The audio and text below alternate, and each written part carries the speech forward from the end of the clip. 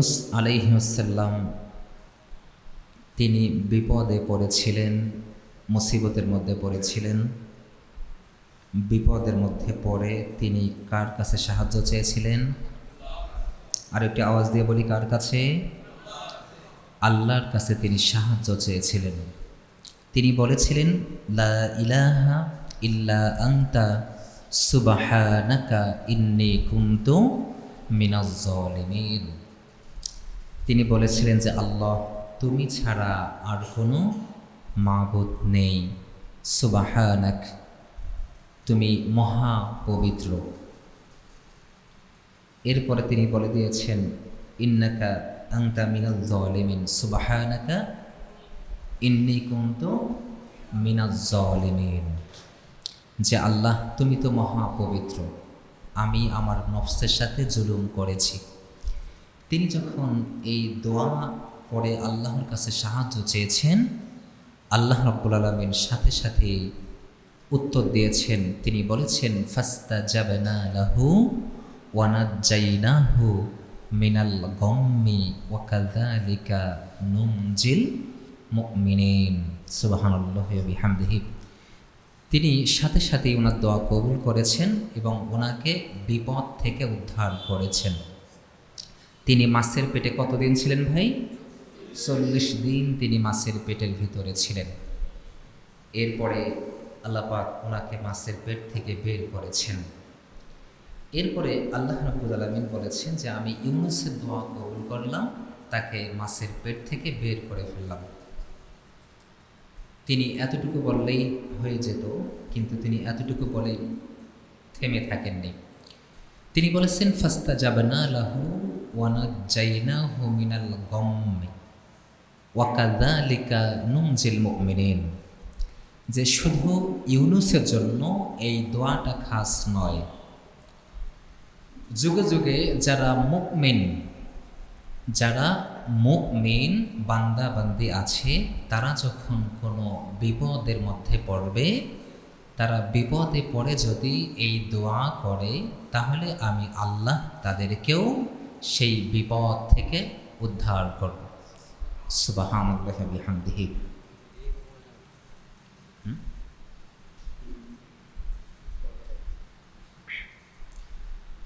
তো আমরা যখন কোনো বিপদে পড়ব, আমরা যখন কোনো মুসিবতের মধ্যে পড়ব, আমরা সাহায্য চাইব কার কাছে ভাই?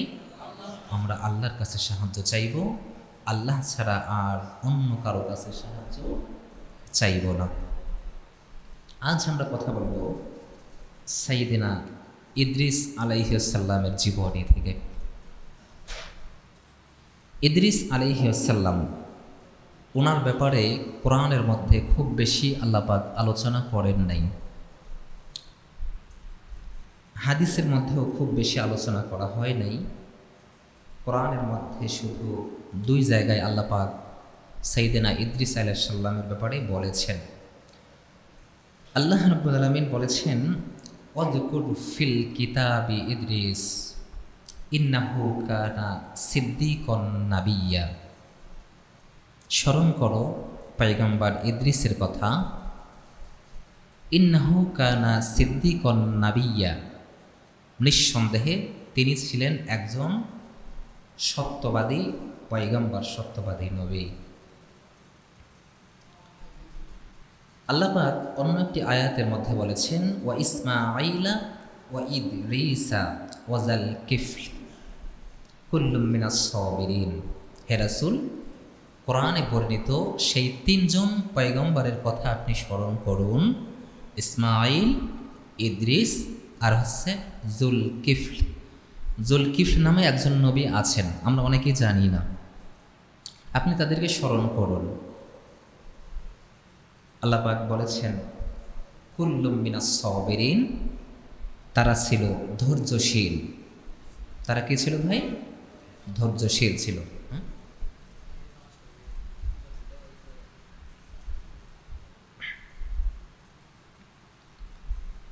তো তারা ছিল ধৈর্যশীল। ইদ্রিস আলাইহিস সালাম, ওনার জন্ম হয়েছে ইরাকের বাবেল নগরীতে।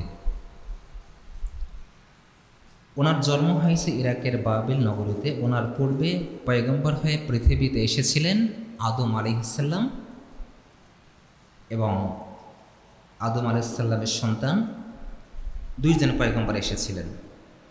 তারপরেই ইদ্রিস আলাইহিসসালাম পৃথিবীতে এসেছিলেন।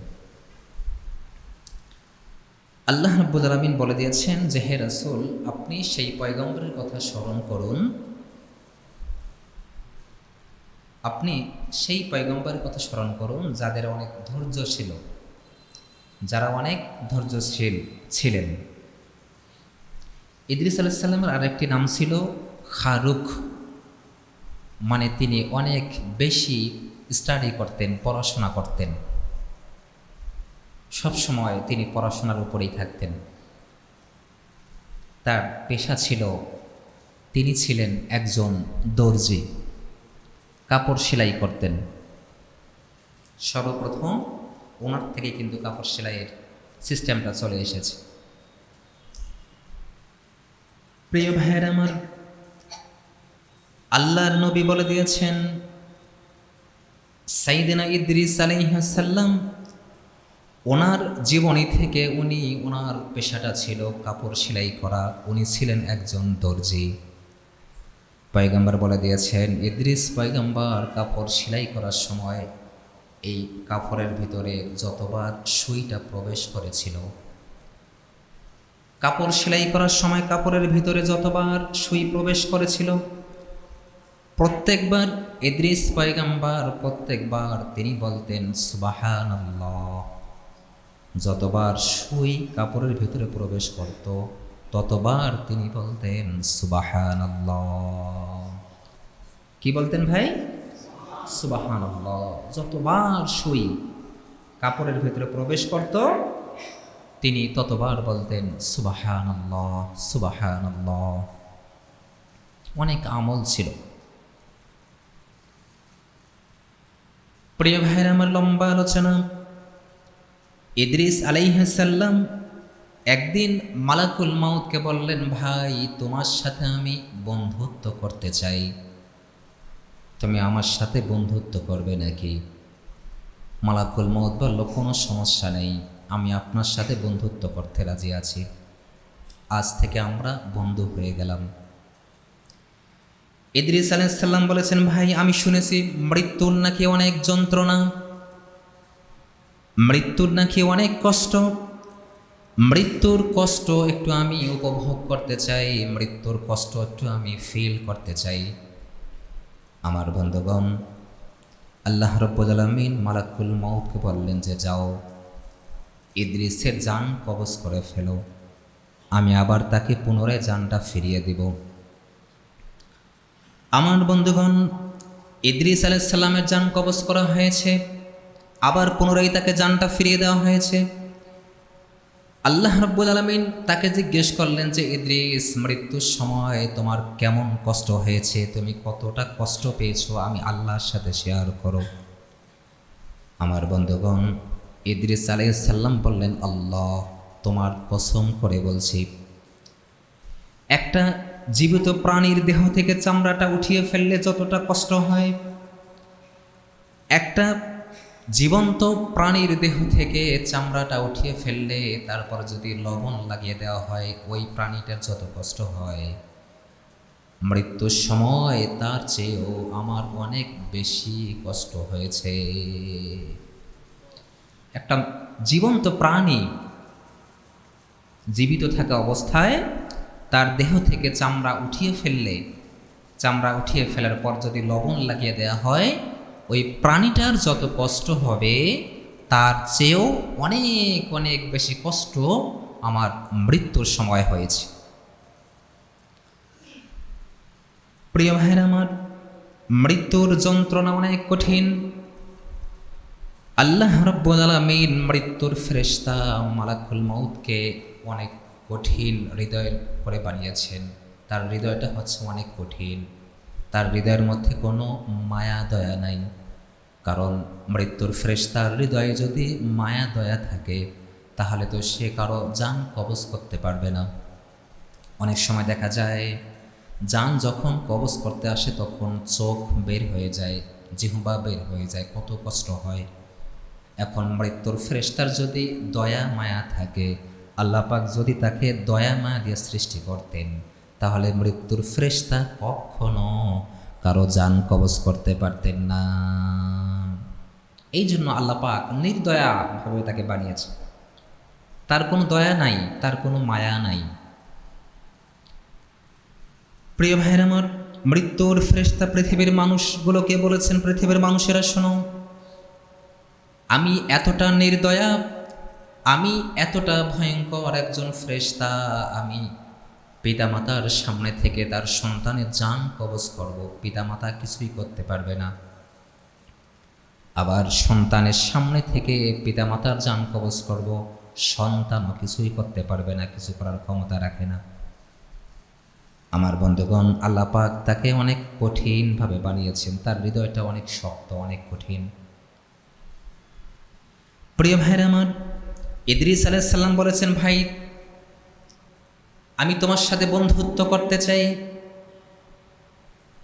বন্ধুত্ব করব, তার পূর্বে একটা শর্ত হলো, এই পৃথিবীতে আমি সারা জীবন থাকতে আসি নাই, যে কোনো সময় পৃথিবী থেকে চলে যেতে হবে।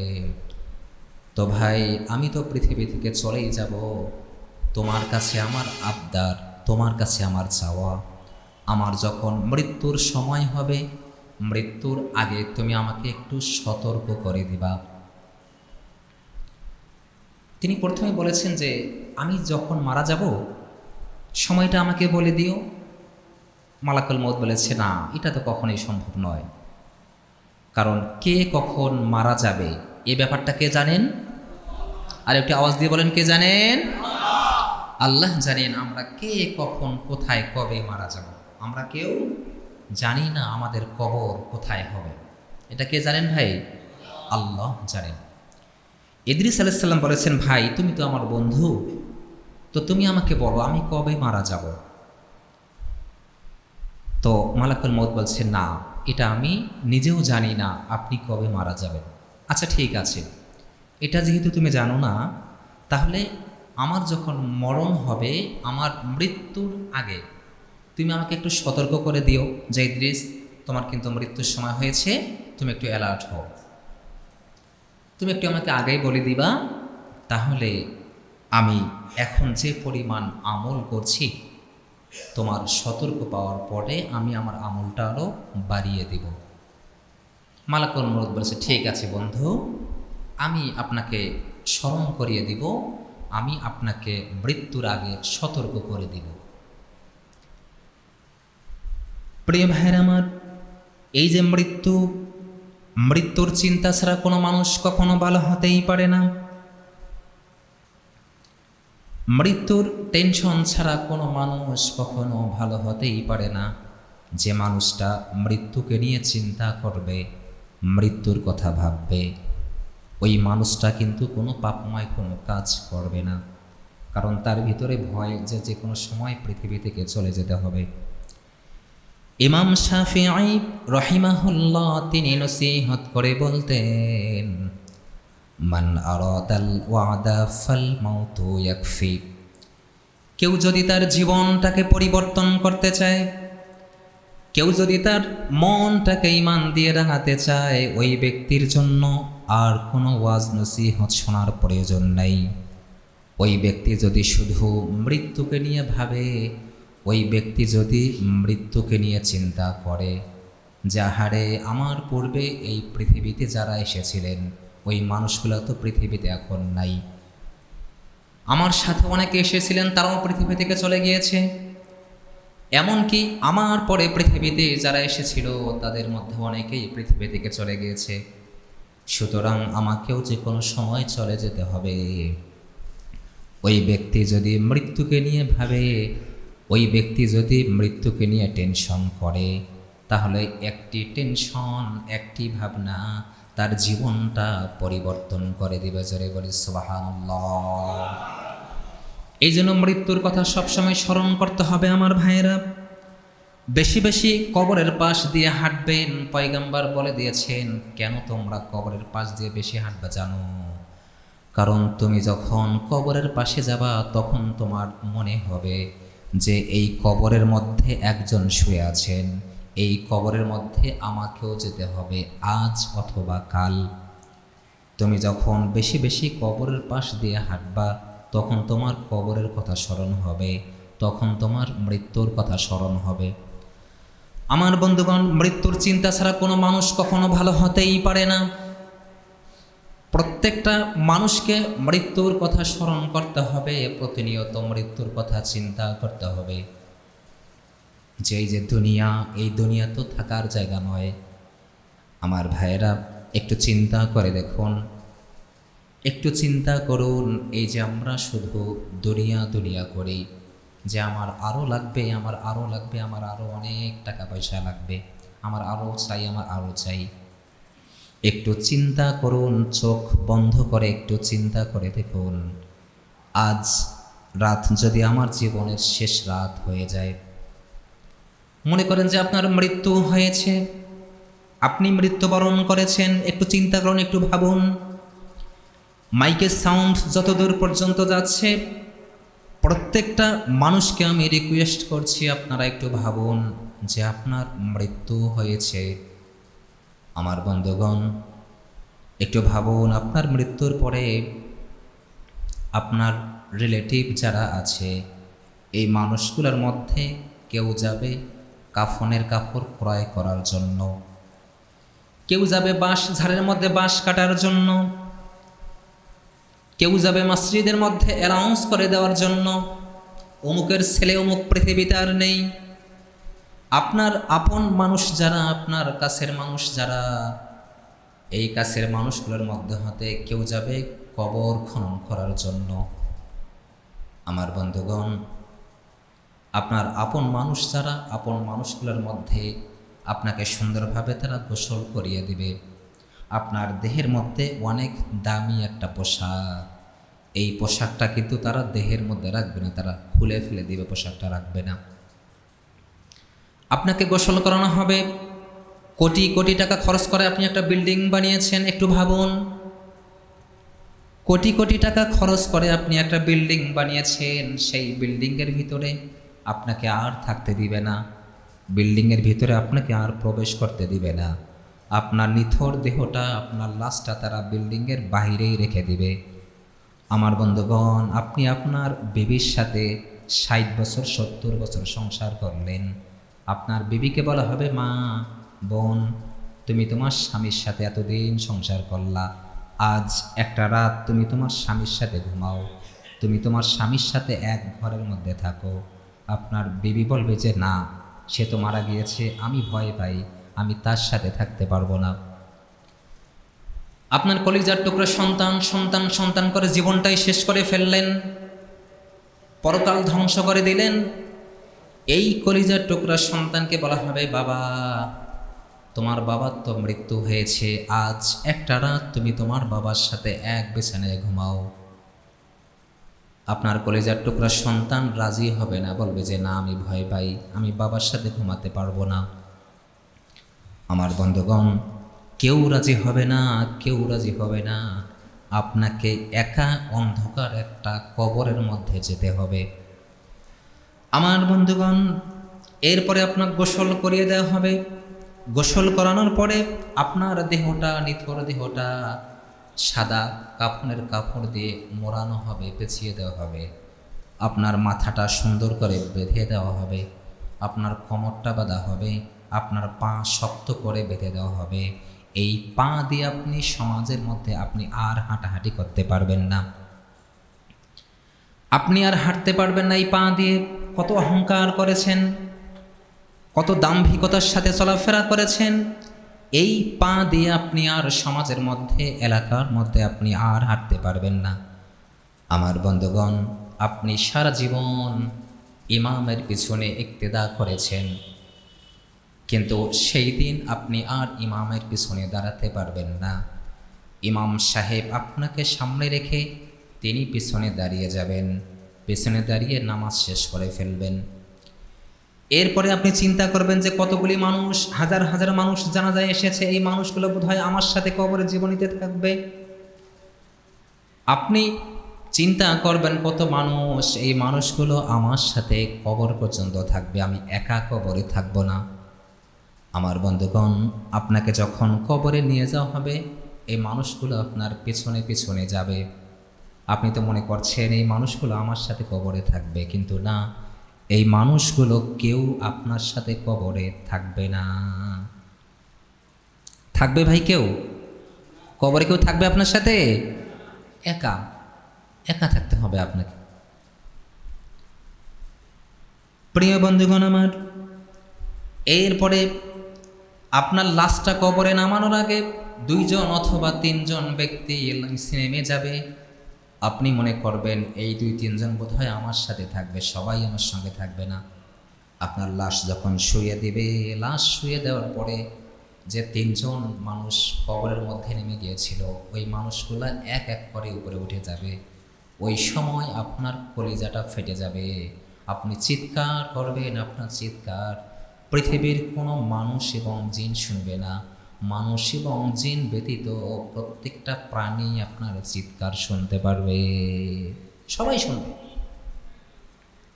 আপনার চিৎকার। মানুষ এবং জিন ছাড়া পৃথিবীর মধ্যে যত প্রাণী রয়েছে, সব প্রাণীগুলোই আপনার চিৎকার, আপনার আওয়াজ শুনবে। আপনি একা থাকবেন কবরে, একা একা থাকতে হবে আপনাকে। প্রিয় ভাইয়ের আমার, এই মৃত্যু থেকে আমরা কেউ পালিয়ে বাঁচতে পারবো না। আল্লাহ রাব্বুল আলামিন বলে দিয়েছেন, এই মৃত্যু থেকে পালাবার জন্য তুমি যদি সুদৃঢ় একটি লোহার দুর্গে যেও অবস্থান করো, যেখানে কোনো বাতাস প্রবেশ করতে পারবে না, একটা পিঁপড়াও প্রবেশ করতে পারবে না। আল্লাহ পাক বলেছেন, তারপরেও এই মৃত্যু থেকে তুমি কখনোই পালাতে পারবে না। মৃত্যু সেখানে যাবে, মৃত্যু সেখানে যাবে যে তোমার রূহটা কবজ করে ফেলবে, তুমি পারবে না, তুমি বাঁচতে পারবে না। প্রিয় ভাইরা আমার, মৃত্যুর চিন্তা ছাড়া কোনো মানুষ কখনো ভালো হতেই পারে না। আমার বন্ধুগণ, এই পৃথিবীতে যে মানুষগুলো আল্লাহর ইবাদত বন্দেগী করে, আল্লাহর দাসত্ব করে, আল্লাহর গোলামি করে, আমার বন্ধুগণ, ওই মানুষটার রূহ যখন কবজ করার জন্য মালাকুল মউত চলে আসবে, মৃত্যুর ফেরেশতা জান্নাত থেকে জান্নাতে একটি রুমাল নিয়ে, রেশমি একটি রুমাল নিয়ে তার কাছে আসবে। আমার বন্ধুগণ, এরপরে মৃত্যুর ফেরেশতা তাকে বলবে, ইয়া আইয়াতুহান নাফসুল মুতমাইন্না ইরজিই ইলা রাব্বিকি রাদিয়াতাম মারদিয়্যাহ ফাদখুলি ফি ইবাদি ওয়াদখুলি জান্নাতি। ফেরেশতা বলবে, ও আল্লাহর প্রিয় বান্দা বান্দি, তুমি আল্লাহর সন্তুষ্টির জন্য তুমি এই দেহ থেকে বের হয়ে আসো। আমার বন্ধুগণ, মৃত্যুর যন্ত্রণা আছে, মৃত্যুর কষ্ট আছে, কিন্তু যারা হচ্ছে মুমিন, ওই মুমিন বান্দা বান্দির রূহ যখন কবজ করা হবে, ওই সময় আল্লাহর ফেরেশতা জান্নাতের নিয়ামত তাকে দেখাবেন। ওই ব্যক্তি যখন জান্নাতের সমস্ত নিয়ামত দেখবে, তখন মৃত্যুর যে যন্ত্রণা হচ্ছে, মৃত্যুর যে কষ্ট হচ্ছে, সেই কষ্টের কথা ওই মুমিন বান্দা ভুলে যাবে। মৃত্যুর কষ্ট আছে, মৃত্যুর অনেক যন্ত্রণা, অনেক কষ্ট। প্রিয় ভাইয়ের আমার, বিশ্বনবীরও কষ্ট হয়েছিল মৃত্যুর সময়। উনি যখন মৃত্যুবরণ করবেন, বিশ্বনবী যখন পৃথিবী থেকে চলে যাবেন, ওনার ইন্তেকালের 10 দিন পূর্বের ঘটনা। 10 দিন পূর্বে তিনি উহুদ প্রান্তে চলে গেলেন।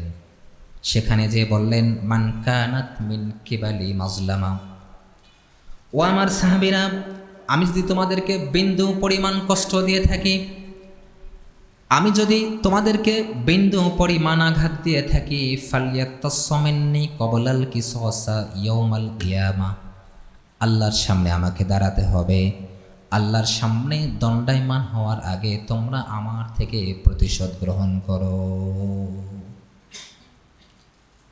প্রিয় ভাইয়েরা আমার, বিশ্বনবী অসুস্থ হয়ে গেলেন, তিনি পৃথিবী থেকে চলে যাবেন। আম্মাজান আয়েশা রাদিয়াল্লাহু তাআলা আনহাকে বলছেন যে, আয়েশা, তুমি আমার সামনে একটু পানি দাও। তিনি বারবার মৃত্যুর যন্ত্রণা শুরু হয়ে গিয়েছে। তিনি বারবার সেই পানি দিয়ে তার মুখটা মাসাই করতেছিলেন, মুখটা মুছতেছিলেন। আর তিনি বলতেছিলেন যে মৃত্যুর অনেক যন্ত্রণা, মৃত্যুর অনেক কষ্ট। আমার বন্ধুগণ, ফাতেমা রাদিয়াল্লাহু তাআলা আনহা কান্নাকাটি করছেন, কন্ট্রোল করা যাচ্ছে না।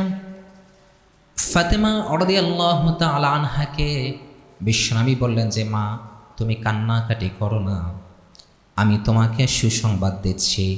আমার মৃত্যুর পরে সর্বপ্রথম তোমার সাথে আমি রাসূলের সাক্ষাৎ হয়ে যাবে, সুতরাং কান্নার কোনো কারণ নেই, তুমি কান্না করো না। আমার বন্ধুগণ, এই কথা যখন পয়গম্বর বলেছেন, ফাতেমা রাদিয়াল্লাহু তাআলা আনহার কান্না থেমে গিয়েছে। তিনি হাসিমাখা মুখ নিয়ে রুম থেকে যখন বাহিরে বের হয়েছেন, বাহিরে বের হয়ে দেখেন মালাকুল মউত, মৃত্যুর ফেরেশতা দরজার সামনে দাঁড়িয়ে আছেন। আমার বন্ধুগণ, ফাতেমা রাদিয়াল্লাহু তাআলা আনহা মৃত্যুর ফেরেশতাকে দেখে তিনি ভয় পেয়েছেন। তিনি ভয় পেয়ে তিনি আবার দরজা লাগিয়ে দিয়েছেন। বলছেন, আব্বাজান, বাহিরে কে যেন দাঁড়ানো, আমার অনেক ভয় করছে, আমার অনেক কষ্ট হচ্ছে। ওই লোকটাকে তো আমি ইতিপূর্বে কখনো দেখি নাই, কে সে? বিশ্বনবী বলতেছেন, ফাতেমা রে, যার ভয়ে তুমি দরজা লাগাও, যার ভয়ে তুমি দরজা লাগাও, এই ব্যক্তিটা পৃথিবীর কোনো মানুষ নয়, এই ব্যক্তিটা কোনো জিন নয়, এই ব্যক্তিটা আমার কোনো সাহাবীও নয়। এই ব্যক্তি হলো মৃত্যুর ফেরেশতা মালাকুল মউত, চলে এসেছে আমার রূহ কবজ করার জন্য, তুমি দরজা খুলে দাও। আমার বন্ধুগণ, ফাতেমা রাদিয়াল্লাহু তাআলা আনহা আবার দরজা খুলে দিয়েছেন। মৃত্যুর ফেরেশতা সালাম দিয়ে বিশ্বনবীর ঘরে প্রবেশ করেছেন। বিশ্বনবীর ঘরে প্রবেশ করে তার শিহরের পাশে বসেছেন। বসে বলতেছেন, ইয়া রাসূলুল্লাহ, পৃথিবীর শুরু থেকে নিয়ে এখন পর্যন্ত আমি অনেক প্রাণের জান কবজ করেছি, আমার কখনো কষ্ট হয় নাই, আমার হাত পা কখনো কাঁপে নাই, কিন্তু আজ আপনার জান কবজ করতে এসে আমার হাত পা কাঁপতেছে, না জানি কখন বেয়াদবি হয়ে যায়। ইয়া রাসূলুল্লাহ, আমার যদি বেয়াদবি হয়ে যায়, মেহেরবানি করে আপনি ক্ষমা সুন্দর দৃষ্টিতে দেখবেন। বিশ্বনবী বললেন, মালাকুল মউত রে, আল্লাহর পারমিশন পেলে আর কিছুই লাগে না, তুমি কি করবে, তুমি তাড়াতাড়ি করো। মৃত্যুর ফেরেশতা বিসমিল্লাহ বলে বিশ্বনবীর বুক হাতটা রেখে দিয়েছেন। আল্লাহ নবী সহ্য করতে পারেন নাই, তিনি সহ্য করতে পারেন নাই। তিনি মালাকুল মউতের হাতটা তার বুকের উপর থেকে সরিয়ে দিলেন। সরিয়ে দিয়ে বললেন, মালাকুল মউত, আমার যেন মনে হলো তুমি আমার বুকের উপরে হাত রাখো নাই, হাত রাখো নাই। আমার যেন মনে হলো পুরো উহুদ পাহাড়টা তুমি আমার বুকের উপরে চাপাই দিয়েছ। আবারও হাত রাখা হলো। বিশ্বনবী আবার চিৎকার মারলেন, চিৎকার করে বললেন, মালাকুল মউত, তুমি হাতটা সরিয়ে নাও। আমার যেন মনে হলো তুমি আমার বুকের উপরে হাত রাখো নাই, হাত রাখো নাই। আমার যেন মনে হলো তুমি পুরো পৃথিবীটা আমার বুকের উপরে চাপাই দিয়েছ। আবার হাত রাখা হলো। আবার বিশ্বনবী চিৎকার করে বললেন, মালাকুল মউত, তুমি হাতটা সরাও। আমার মনে হলো তুমি আমার বুকের উপরে হাত রাখো নাই। আমার মনে হলো তুমি আসমান জমিন, পুরো আসমান জমিন সবগুলো তুমি আমার বুকের উপরে চাপাই দিয়েছ। ওরে মালাকুল মউত, এই যদি হয় মৃত্যুর যন্ত্রণা, ওয়াজাআত সাকরাতুল মাউত বিল হক, এই যদি হয় মৃত্যুর যন্ত্রণা, সমস্ত যন্ত্রণাগুলো, সমস্ত কষ্টগুলো আমায় দিয়ে দাও। আমার মৃত্যুর সময় আমার উম্মতের অনেক কষ্ট হবে, আমার উম্মতের মৃত্যুর সময় তাদের অনেক কষ্ট হবে, এটা আমি নবী হয়ে সইতে পারবো না। সুবহানাল্লাহ। মৃত্যুর যন্ত্রণা অনেক কঠিন, মৃত্যুর কষ্ট অনেক কঠিন ভাই। এই মৃত্যুর যন্ত্রণা থেকে আমরা কেউ রেহাই পাবো না, প্রত্যেককেই এই যন্ত্রণা ভোগ করতে হবে। প্রিয় বন্ধুগণ, আমার বলতেছিলাম, এই পৃথিবীতে যে মানুষটা আল্লাহওয়ালা, যে মানুষটা আল্লাহর সমস্ত বিধি নিষেধগুলো মেনে চলে, যে মানুষটা চায় দুনিয়ার জমিনে আল্লাহর দ্বীন প্রতিষ্ঠিত হোক, আল্লাহর দ্বীন কায়েম হোক, এই মানুষটার রূহ যখন মালাকুল মউত কবজ করার জন্য আসবেন, জান্নাত থেকে জান্নাতি রেশমি রুমাল নিয়ে আসবেন। এরপরে বলা হবে, ও প্রশান্ত আত্মা তুমি বের হয়ে যাও আল্লাহর সন্তুষ্টির আশায়।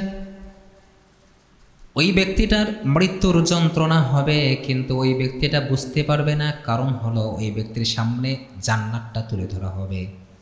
ওই ব্যক্তি জান্নাতের নাজ নিয়ামত দেখবেন, মৃত্যুর কষ্টের কথা সে ভুলে যাবে। আমার ভাইয়েরা, এরপরে তার রূহটা কবজ করার পরে ফেরেশতারা প্রথম আসমানে উঠে যাবেন। প্রথম আসমানে যখন উঠবেন, ফেরেশতারা বলবেন যে কার রূহ নিয়ে এসেছো? এই রূহটা তো অনেক সুগন্ধ। বলা হবে অমুকের ছেলে অমুক, তার রূহটা নিয়ে আসছে। এভাবে করে সপ্তম আসমানে যাবেন। সপ্তম আসমানে যাওয়ার পরে আল্লাহ রাব্বুল আলামিন বলবেন, ও ফেরেশতা, উক্তব কিতাবা আবদি ফি ইল্লিন, আমার এই বান্দার রূহটা ইল্লিনের মধ্যে লিপিবদ্ধ করে দাও। তার রূহটা ইল্লিনের মধ্যে লিপিবদ্ধ করে দেওয়া হবে। তার রূহটা ইল্লিনের মধ্যে, তার দেহ জমিনের মধ্যে। এরপরে আমরা তার দেহটা দাফন করে ফেলব। তাকে যখন কবরে রাখা হবে, কবরে রাখার পরে দুইজন ফেরেশতা আসবেন।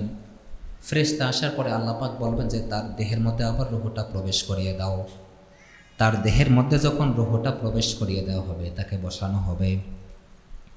এরপরে তাকে বলা হবে যে ও আল্লাহর প্রিয় বান্দা, তুমি বলো তোমার রবকে, তুমি কার বিধান মেনেছিলা, কার আইন তুমি দুনিয়ার মধ্যে মেনেছিলা।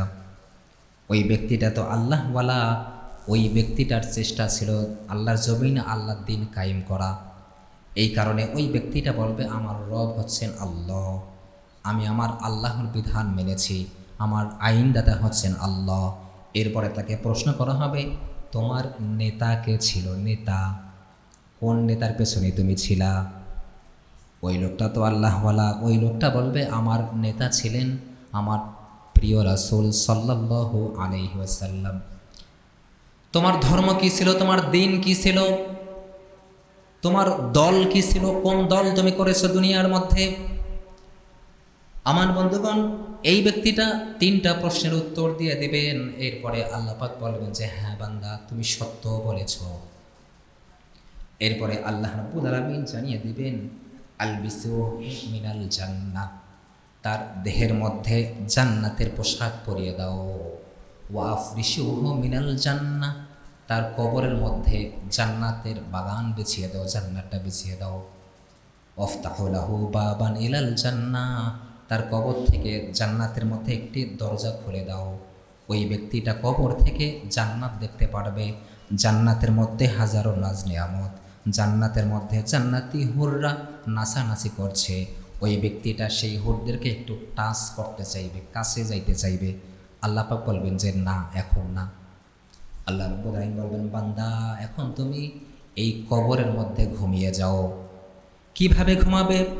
বাসর রাতের দোলা, বাসর ঘরের মধ্যে দোলা যেভাবে ঘুমিয়ে যায়, কেউ তাকে ডিস্টার্ব করে না, তুমি ঘুমিয়ে যাও। ওই বান্দাটা সেই কবরের জীবনীতে ঘুমিয়ে যাবে। এদিকে হাজার হাজার বছর চলে যাবে, কিয়ামত হয়ে যাবে। মানুষগুলো যখন হাসরের মাঠে উঠবেন, ওই সময় আল্লাহ পাক ওই ব্যক্তিটাকে ঘুম থেকে ডেকে তাকে জান্নাতের ভিতরে প্রবেশ করাই দিবে। আর একটু আওয়াজ দিয়ে বলি সুবহানাল্লাহ।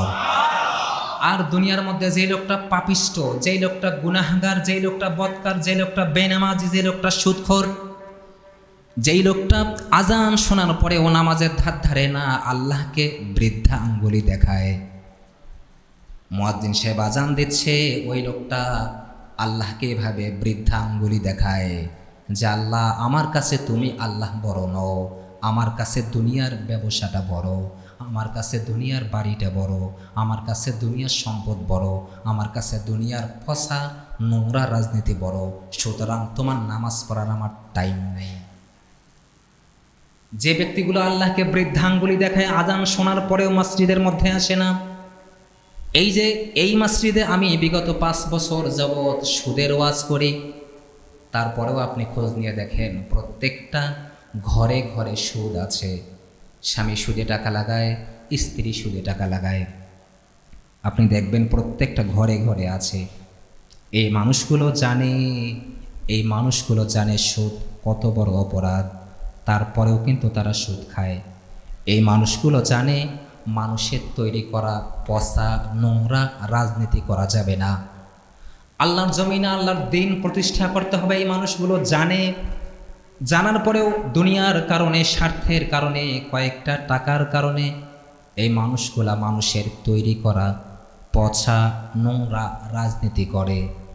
আমার ভাইরা, এই পাপিষ্ঠ মানুষের রূহ যখন কবজ করার জন্য আল্লাহর ফেরেশতা আসবেন, তখন জাহান্নাম থেকে দুর্গন্ধময় একটা চালার বস্তা নিয়ে আসবেন।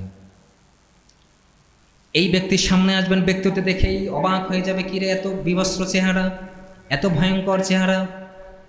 ওই ব্যক্তিটার চোখগুলো বের হয়ে যাবে, পৃথিবীর মানুষ ফিল করতে পারবে না। ওই লোকটা ভয় পেয়ে যাবে, ওই লোকটার রুহটা লুকাতে থাকবে, তার দেহের মধ্যে লুকাতে থাকবে। আল্লাহর ফেরেশতা তার দেহের ভিতরে হাত ঢুকিয়ে দিয়ে তার রুহটা টেনে হেঁচড়ে বের করে ফেলবেন। তার রুহটা যখন বের করা হবে, সে তো পাপিষ্ঠ, বেনামাজি, সুদখোর, বেঈমান, নাফরমান বান্দা। তার রুহটা যখন কবজ করা হবে, রুহটা কবজ করার পরে একটা চালার বস্তার মধ্যে নিয়ে ফেরেশতারা যখন আসমানের দিকে উঠতে থাকবেন, অন্য অন্য ফেরেশতারা বলবে, তুমি কার রুহটা নিয়ে আসছো? অনেক দুর্গন্ধ বের হয়েছে, আমরা তো সহ্য করতে পারছি না, এত গন্ধ হয় নাকি? আমার ভাইরা, আল্লাহ পাক তখন ওই ফেরেশতাকে বলবেন, ও ফেরেশতা, এই পাপিষ্ঠ বান্দার রুহটা উপরে ওঠার কোনো প্রয়োজন নেই।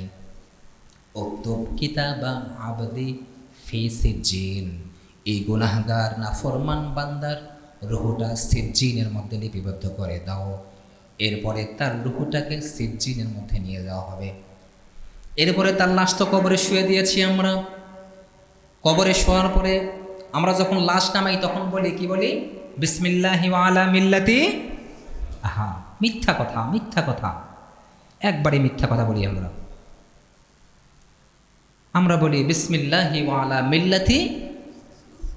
কত বড় মিথ্যা কথা, কত বড় মিথ্যা কথা বলি আমরা। আমরা কি বলি যে আল্লাহ, এই লোকটাকে তোমার এবং তোমার রাসূলের দলে অন্তর্ভুক্ত করে দিলাম।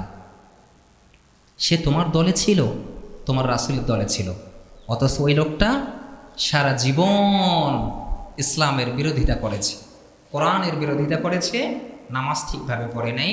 যদিও নামাজ পড়েছে, কিন্তু মানুষের তৈরি করা রাজনীতি করেছে। আল্লাহর আইন সে চায় নাই, আল্লাহর আইন আমার ভালো লাগে না। নামাজ পড়ে, রোজা রাখে, হজ করে, জাকাত দিয়েছে, সব কিছু করেছে, কিন্তু না, আরে কোরআন দিয়ে নামাজ পড়ব, কোরআন দিয়ে আবার কিসের রাজনীতি? কোরআন দিয়ে সে রাজনীতি করতে সে ইচ্ছুক না, তার পছন্দ নয়। আল্লাহর জমিন, আল্লাহর বিধান প্রতিষ্ঠিত হোক, এটা সে চাইতো না, তার পছন্দ হইতো না, কিন্তু সে সব কিছু করত। প্রিয় ভাইয়ের আমার, তার মানে আমরা বলি বিসমিল্লাহি ওয়া আলা মিল্লাতি রাসূলিল্লাহ, তোমাকে আল্লাহ এবং তার রাসূলের দলে অন্তর্ভুক্ত করে দিলাম। অথচ ওই মানুষটা সারা জীবন ইসলামের বিরোধিতা করেছে, ওই মানুষটা নামাজ পড়ে নাই, ওই মানুষটা নামাজ পড়ে নাই, ওই মানুষটা নামাজ পড়ে নাই, নামাজ ছেড়ে দিয়েছিল। নামাজ কত বড় নিয়ামত, কত বড় নিয়ামত। পয়গম্বর মৃত্যুর পূর্বে আম্মাজান আয়েশার কোলের মধ্যে মাথা রেখেছিলেন। মাথা রেখে তিনি বলেছিলেন, আয়েশা, আমি তোমাকে দুইটা নসিহত করছি। এই দুইটা নসিহতের মধ্যে একটা নসিহত হলো, তুমি আমার উম্মতদেরকে বলবা তারা যেন কখনো নামাজের মতো নেয়ামত ছেড়ে না দেয়। এটা তাদেরকে বলে দিবা, তারা যেন কখনো নামাজ ছেড়ে না দেয়। অথচ আজান হয়, 5 বার আজান হয়, কিসের কিসের নামাজ? রাখ, কিসের নামাজ? মাইকে সাউন্ড নাই, সাউন্ড অফ করে দিচ্ছে, সাউন্ড থাকবে কীভাবে? মাইকের সাউন্ড অফ করে দিচ্ছে, সাউন্ড থাকবে বাহিরে? এই আলোচনাগুলো বাইরে শোনার দরকার ছিল না? ইকো কমাই দিত, সাউন্ডটা ঠিক রাখতাম।